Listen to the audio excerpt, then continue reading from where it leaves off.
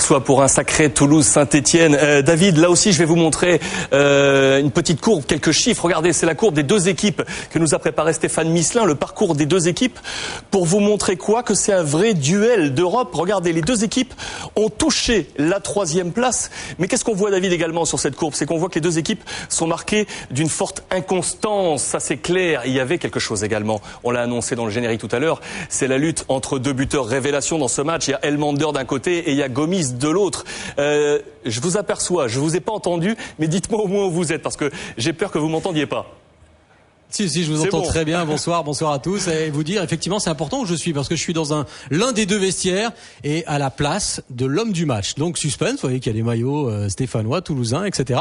Verdict dans quelques minutes. Effectivement, vous parliez d'ambition. Il faut savoir que des deux côtés, Alexandre, on refuse de parler d'Europe. Alors, c'est peut-être par superstition. Les deux équipes sont très prudentes, en tout cas, dans l'objectif de fin de saison. Et pourtant, vous l'avez dit, il y a les deux révélations qui sont face à face. Gomis, Elmander. Elmander qui a reçu son trophée UNFP, l'équipe canadienne.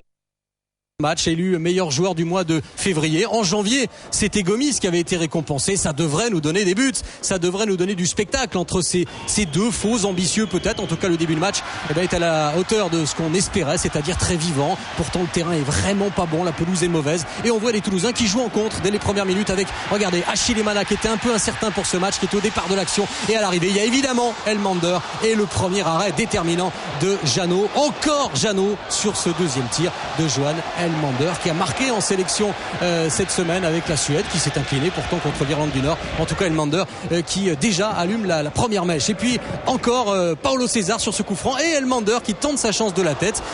Toulouse n'a pas beaucoup marqué cette saison de la tête, seulement 2 buts. Elmander n'a jamais marqué de la tête en championnat de France. En tout cas, Toulouse se crée les meilleures occasions, mais c'est un match extrêmement vivant, très intense. C'est Achille Emana maintenant. Bonne talonnade pour Bergogneau, la frappe de Bergogneau et façon un peu volleyeur. Et bien Jeannot qui détourne ce ballon sur la barre transversale, bien fait de la part d'Emana. Et puis Bergogneau qui ne doit sa titularisation qu'au forfait de dernière minute de Fodé Mansaré lors de l'échauffement. Il a ressenti une douleur et donc Bergogneau qui est titulaire et qui ici place une magnifique frappe. 3 très belles occasions coup sur coup pour les Toulousains, mais dans l'ensemble, eh bien le jeu est vraiment très plaisant. Les deux équipes se neutralisent. Il n'y a pas beaucoup de temps mort dans cette partie. Des Stéphanois qui sont venus pour s'imposer parce qu'ils ont bien travaillé durant cette coupure internationale. Ici Gomis qui donne en retrait à Freddy Guarin qui prend sa chance. Des Stéphanois qui jouent pas mal mais qui ne trouvent pas le cadre. Toujours ce score de 0-0. Faut savoir que Saint-Etienne depuis 19 ans n'a jamais perdu au stadium. On est en seconde période maintenant avec Guarin qui trouve Ilan au milieu de 3 défenseurs toulousains qui n'y arrivent pas.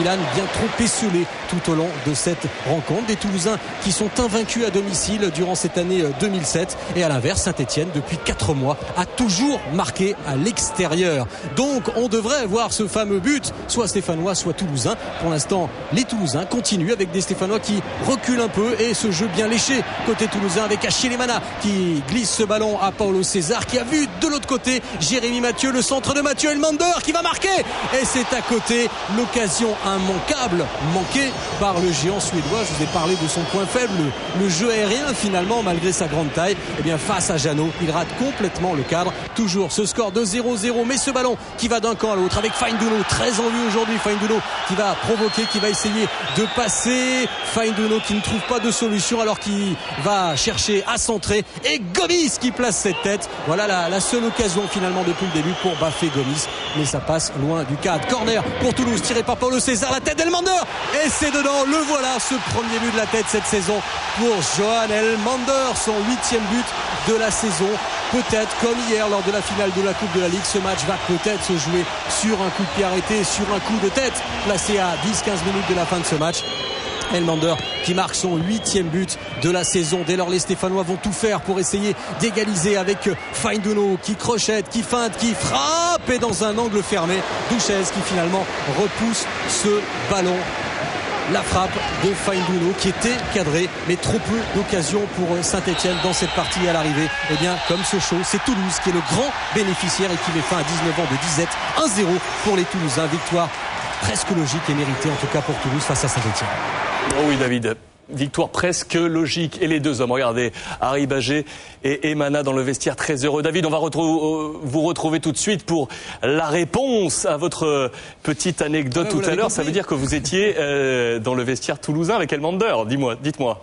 Eh ben effectivement, à l'emplacement justement de Johan Elmander qui nous a laissé son trophée. On va évidemment l'entendre, hein, le Suédois. On va essayer de pas casser surtout son trophée. D'abord l'analyse bien sûr de ce match. Je vous propose d'écouter Dominique Arribagé et Vincent Aignan. Alors le Stéphanois parle du manque d'ambition et notamment dans le secteur offensif. Et puis Dominique Arribagé, le capitaine, le vétéran, qui peut-être continuera une saison de plus, qui lui, ne parle pas d'Europe, mais quand même de concurrence et surtout de haut du tableau. Écoutez-les tous les deux. On était moins bien, je pense qu'en première, moins dangereux, mais Toulouse s'est créé quelques situations, mais dans le jeu, globalement, on n'était pas trop dominé. Je pense qu'on n'a pas été assez ambitieux offensivement, je pense, ce soir. Super content. On était 3 matchs en victoire. Match difficile contre un concurrent direct. Ça va être dur jusqu'au bout, je crois, parce que tous les matchs sont difficiles, mais on a su le prendre par le bon bout et remporter ce match. Voilà, Dominique Arribagé, Vincent Aignan, interviewé par Gaëtan Huard. Alors on revient à Dominique Arribagé on lui a lancé un petit défi d'interviewer en français Johan Elmander. Vous allez voir que c'est pas évident du tout, mais écoutez, c'est une interview assez insolite. Johan, parle-nous de ton but. It was nice. Il était très beau. Qu'est-ce que tu fais? Si. No, it's not possible. Corner, Polo. Yeah, it was a nice corner from Polo. And I just ran and headed in. Bon, les femmes françaises sont plus jolies que les femmes suédoises. Ma femme is from Sweden. Elle est suédoise. Elle habite ici avec moi. Nice. Bien sûr, elle est très belle. C'est dur, hein? Et un mot sur ton trophée. Tu es content? Oui, je suis très honoré d'avoir été récompensé pour mes performances en février. The best player in February, so it's nice. La saison prochaine à Toulouse? We have 8 games to go and then we see. Il reste 8 matchs, après on verra. Voilà. La traduction d'Olivier Cocatrix.